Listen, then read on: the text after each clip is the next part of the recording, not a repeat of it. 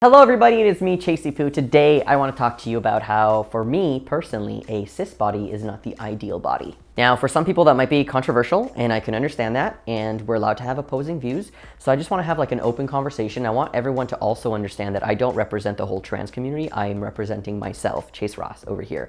And also keep in mind that some of these topics that I'm going to talk about might trigger some dysphoria for some people, so let's just keep that in mind, that if you're triggered by things that I'm about to talk about, just know that it's, I'm talking about bodies and like cis bodies and comparisons and stuff like that. So where am I getting this idea from? Well, I've actually wanted to make this video for a very long time, and while I was at VidCon in June, there was a question on the, I believe, gender and body image panel that I was on about how do we deal with the expectation of having a cis body or something like that.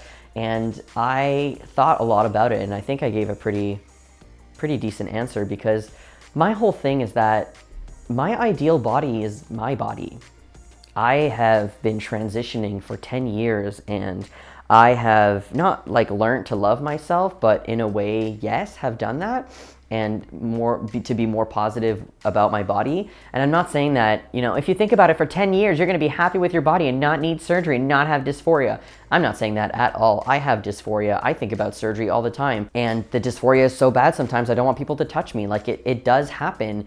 But I've done so much mental work and emotional work over the last 8-10 years that I have kind of learned how to feel better about my body and myself and really embrace myself. So I made a video called Body Positivity Despite Having Dysphoria. In that video, I talked about how it's so important to understand that I didn't have any agency over my body for years.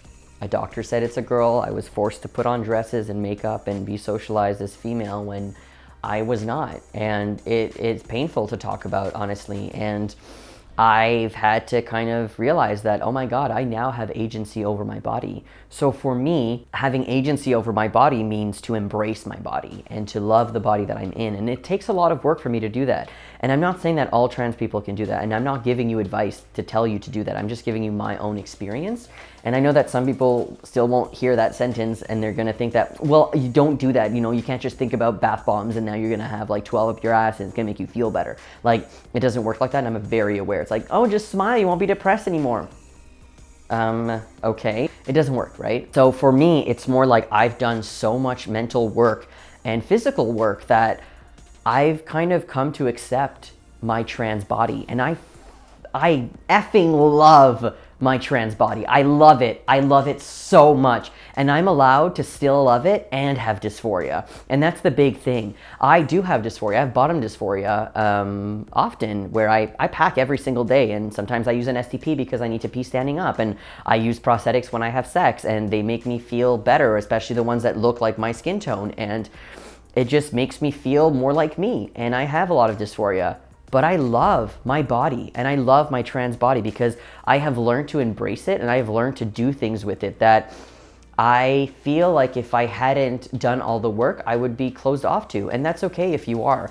But for me, I've always been a very open and very sexual person my whole life. So being trans and not being able to be sexual, because that's the message I feel like I was getting. It's either you're too sexual because you're fetishized, or you're not sexual enough, no one wants you, you're undesirable. So I didn't really have a good kind of ground of a base of what it was like to be trans and be sex positive and stuff like that. But it is super important for me to understand that I have this body. This is the only body that I have. I can absolutely modify this body. I can have phalloplasty. I can have metoidioplasty. I have had top surgery.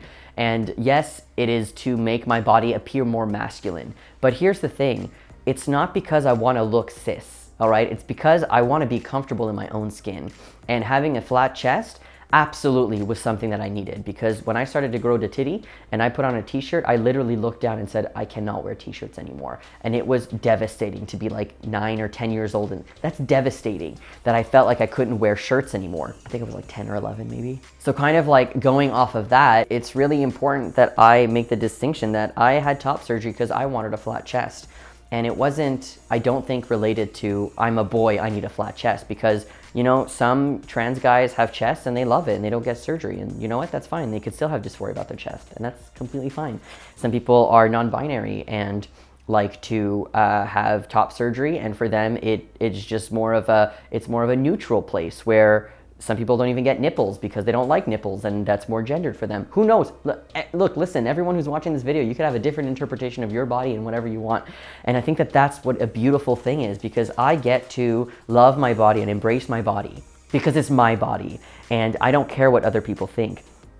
I don't want a cis body. There's nothing wrong, obviously, with a cis body, but it's not my personal journey that I'm reaching for. And it's not like I've accepted that phalloplasty isn't actually like a biological, you know, penis, and I'll never have that. It's nothing like that at all, because phalloplasty is beautiful, and it is a beautiful surgery that gives you beautiful results that are extremely realistic. And I love the results, honestly, of phalloplasty. So it's not like phalloplasty will make me a man, but phalloplasty sucks, so I don't get it. No, I would love to have phalloplasty in the future, and it's not because I want to be a man. It's because it's something that would make me more comfortable, and it doesn't make me more of a man to have phalloplasty or not. It doesn't make me more of a man to wear a packer or stand to pee. It doesn't. What makes me more of a man is that I don't say it makes me more of a man. That's not a thing that I say. I'm more me.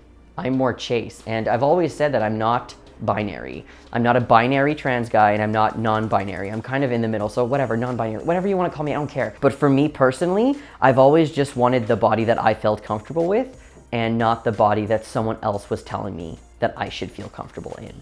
Because that's what I feel like the message is for a lot of people. This is the body that you desire. Doesn't matter if the person's super muscular or whatever, it's a male, cis male body. You want a penis, you want a flat chest, you want a beard, you want a deep voice and all of these things. But for me, I know that a lot of the traits that I have and that I want and I needed are very men and masculine on the side. And sure, if you want to gender it that way, absolutely, if you can. If you want to do that, you do you, okay? This is my body, and for me, I attribute it more to something that I needed in order to be comfortable. Anyways, I feel like it might be a little bit confusing for some people, so if you'd like me to kind of go over a couple of things that are a little bit confusing for you, please put them in the comments, and I'll take a look at the comments and do my best, or maybe make another video about it. But yeah, so that's how I feel. For me personally, Chase Ross, okay, for me, I don't want someone else's idea of an ideal body. I want my idea of an ideal body. And the body that I'm in right now is my ideal body. Yeah, it sucks to have surgery, and I wish I didn't have it, didn't need to have it either. But I've accepted who I am and the body that I have. And if I need to change that in order to be more comfortable, I'm okay with that, and I've accepted that. And I understand that some people who might be younger in their transition might not get it because they wish that they weren't trans, and you know, whatever, blah, blah, but I love being trans, and that's just me. That's just me, okay? And I love my trans body and what I can do with it, and it just makes me happy that I've been able to kind of embrace it after all of these years of not being able to love myself at all. So, and of course it doesn't mean like if you don't love yourself, you don't love your trans identity. It's none of that at all, but you know, again, this is me, this is how I feel. Anyways, let me know what you think. Have a great day, bye.